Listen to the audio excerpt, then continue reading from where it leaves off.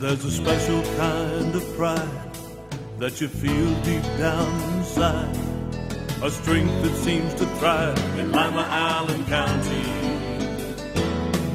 The American way of life, to get in gear and do what's right.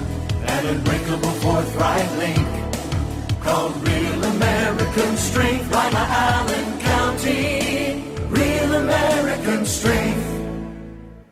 Forever moving forward without forgetting where we've been. Creativity meets technology, where possibilities never end. Ohio's strong Midwestern know-how, exploring innovative ideas. Deep-rooted but always growing, ever proud of where we live. Lima, Allen County, real American strength.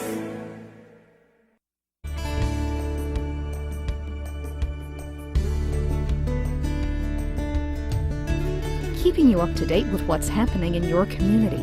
Community Focus on GTV2.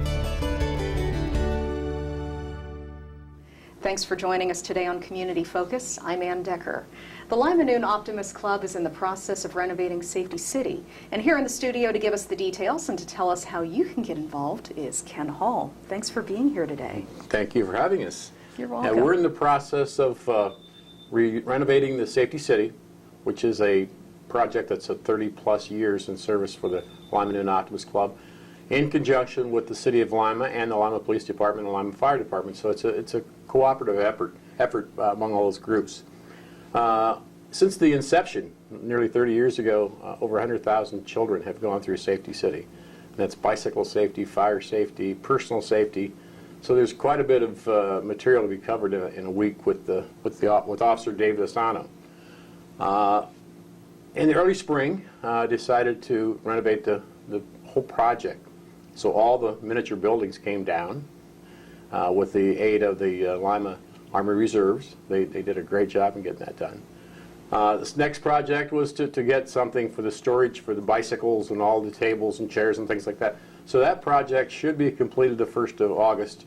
It's a 24 by 40 building that we purchased through Lowe's, who've been great. They've been a great help in all the things we're doing at Safety City.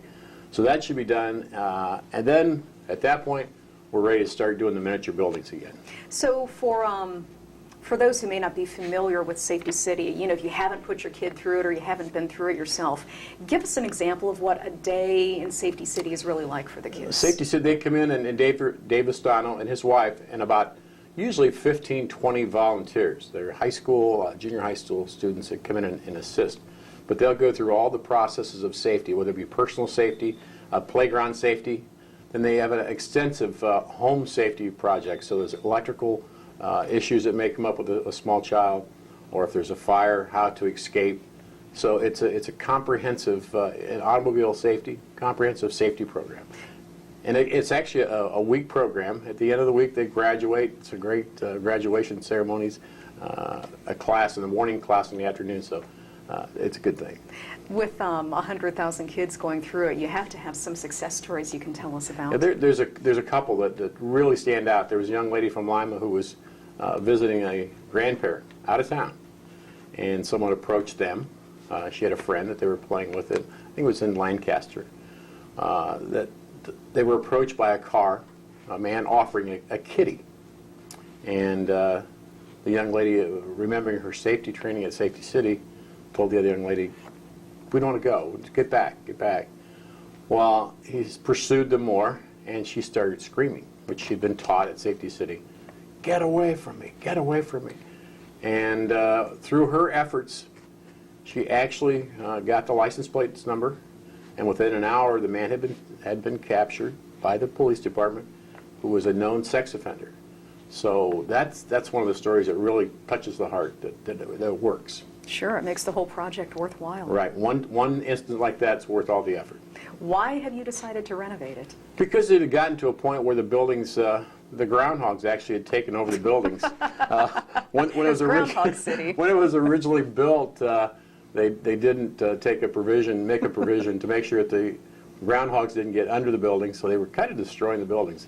And it needed an update. And we also, at that point, decided to build a Survive Alive house. Which is? A full-size house is going to be built on that lot. There will be a two-story house that will teach the children how to escape from the second floor window. We're going to have them drop, not all the way from the second floor. You know, there's a lot of times kids, people say, well, they shouldn't be dropping off a second floor. Well, it's better to do that than be trapped in a fire. And so we're going to have a platform that will allow them to drop about 3 or 4 feet so they get the sensation of how it is to drop out of the building. But it'll also have rooms with 2 bedrooms that they're going to have heated doors, so when they touch the door, they know they shouldn't go out because of the warm fire on the other side. We're going to fill them with smoke. And it's going to be, it's quite a building. It sounds like it. Matter of fact, I'm in the process right now of an engineer, not an engineer, an architect who's designing the building. So that should be, at least we'll get that started this fall. We hope to have 20 or 25 buildings built this year. So there's a total of 55 lots on the premises. So we're well on our way. How's it going to look different than it did before? It's going to be a much more professional. A lot of people are matching their business's appearance to their miniature building at Safety City. For example, McDonald's will have a McDonald's restaurant. Tuttle Construction completely miniaturized their current structure out there, so it's going to look like that building out there. So that's the big difference, and it's just going to give a better aesthetic value. You said, what, 25 buildings so far this year? 25 people have committed, yes, this year. How many are left? There's, 30 spots left. And Ben Anderson, who's our sales person, has done an excellent job. We've got more leads to work on and follow up on.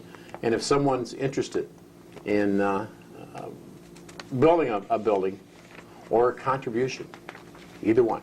If you want to do a contribution, you can go to the internet, and there it's Lima, Ohio Safety City, Lima Noon Optimists Safety City, and that'll lead you to a place where you can donate. Or if you would like to buy a lot, put a building up, it's Ben Anderson, and he can be contacted at 419-999-3030. That's 419-999-3030. What does it cost to get a lot?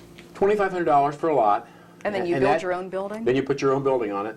And there are some restrictions. Like I said, the first time around we had no requirements. So this time there were some things that we want them to do as far as the construction with the concrete foundation and using building materials. This should last for 30-plus years. So if a business is involved with us, it's a 30-year commitment, and they're gonna see that building there for 30 years. There are a lot of parents who come through who will see their advertisements, their structure, whatever. So I think it's a good investment. It's a 501c foundation that's building it, so it's a tax-deductible contribution. Mm-hmm. You have some people to thank, I know, who are making this all possible. Yeah, there are some really key people. Ben Anderson, for example, has taken on the responsibility of that sales department, and that's what's actually funding the Survive Alive house, is the money we get from those lots that we sell. Also, let me digress just a moment. We have applied for multiple grants, and the first one came through, and I'm not allowed to tell you who it is until next week. They asked me not to do it, but we've got a $15,000 grant that's on the way. That's great. And then we have applied with McDonald's. We're going to do that. State Farm has a great program for Safety City type projects, so that's been applied for. So Ben Anderson has done the one from Safety for the State Farm, because he's a State Farm agent, so he's got the inside project. Chuck Eichelberger, who's the president of the club, is kind of leading the whole thing. Dave Astana. Officer Dave is great. What a person. The most fabulous person that the city of Lima could have put there. He's just a workaholic. And the kids love him. Kids love him, and he loves the kids. And to have his wife there to volunteer, I would say she's there 30 hours a week during the program. And then it is volunteer. And he has a grandson who's there too, who's volunteering. So it's really a good family situation. But Dave and the folks from the Lima Fire Department, Mike Bloss, who is not even a member of the Lima Noon Optimists Club, he's a Sertoman. We're trying to convert him, but that's one of those things. But Mike's our site manager. Mike's given us all the technical advice that we need. Myself, not that familiar with all the building codes and the construction codes and so forth. So Mike has been our guide, doing a great job, and he spends a lot of time with the project. Well, Chuck, it's a wonderful project, and Ken, it's a wonderful project. I wish you well with it. And give us the phone number one more time if people do want to donate. If they want to donate, it's Ben Anderson. It's 419-999-3030. Okay. All right. Every time we go down College Street, I look forward to watching your progress. Terrific. Thank Thanks you very for coming much. in. Ken Hall from the Lima Noon Optimists Club. When we come back, we will update you on the Lima Summer Playground program right after this on GTV2. Reduce, recycle, reuse. Allied Waste Services in the City of Lima encourage you to live green by recycling all that you can. Recycling promotes green living by reducing the amount of waste materials buried in landfills. This saves money, natural resources, and energy. Keep our environment healthy and start recycling today. Allied Waste Services is committed to a clean environment. Contact us today for your recycling needs. Visit our website, republicservicesohio.com, to learn more about recycling today. Lima City Council has recently amended the city's vicious dog ordinance to deal with potential problems concerning dangerous dogs in the public. The ordinance is comprehensive. However, here are some key elements that all dog owners and their neighbors should be aware of. Any dog that is considered a breed of pit bull is considered a vicious dog regardless of its temperament. A vicious dog is any dog that attacks, bites, or causes injury to a person or domestic animal with or without provocation. Not under control of the owner and secure with a muzzle and a leash of 6 feet or less in length, all vicious dogs must be confined when outside in a pen with a secured top and bottom, or with the sides of the pen embedded at least 1 foot deep into the ground.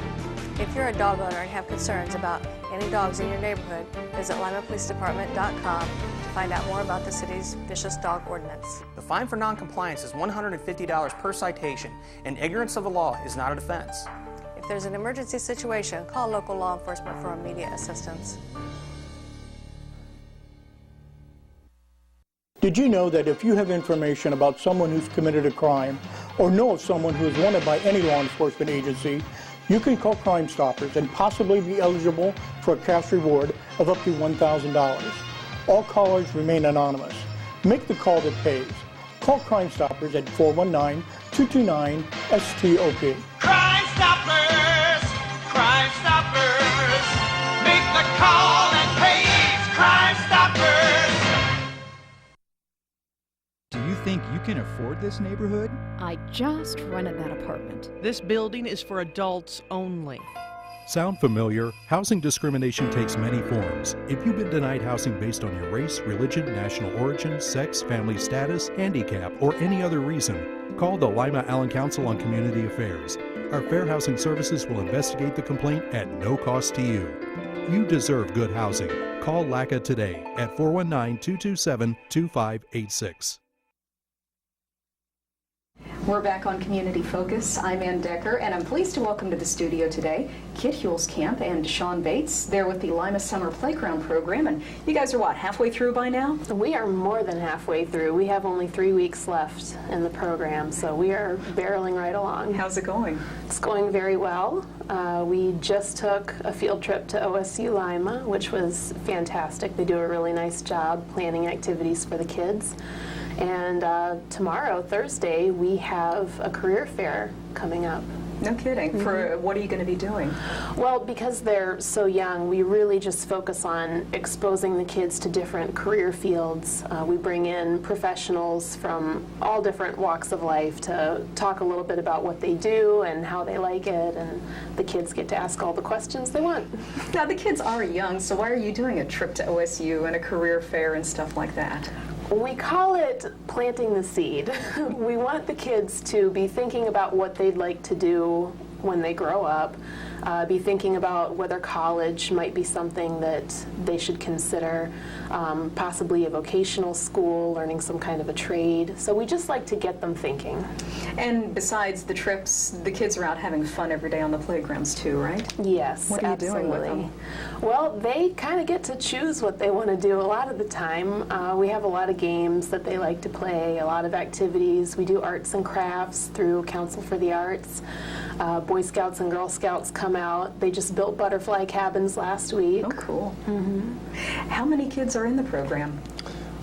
At Froat Park, which I'm stationed at, we have about 30 plus. and Rock Park has about 30 plus. So the other two parks about 5 or 6. So it's We have about 100 total. That's a good crowd. So it's Farouk Park, Robb Park, and which are the other ones? MLK Park, and did we say Lincoln? No, we didn't say Lincoln Park. So you've got basically one in each side of town. Yes, exactly. If parents want to get their kids involved, is it too late? Oh, absolutely not. No? What do they have to do? We take registration forms at the Parks and Rec office, which is located at 900 South Collett Street. So mom and dad just go down there and sign their kids up?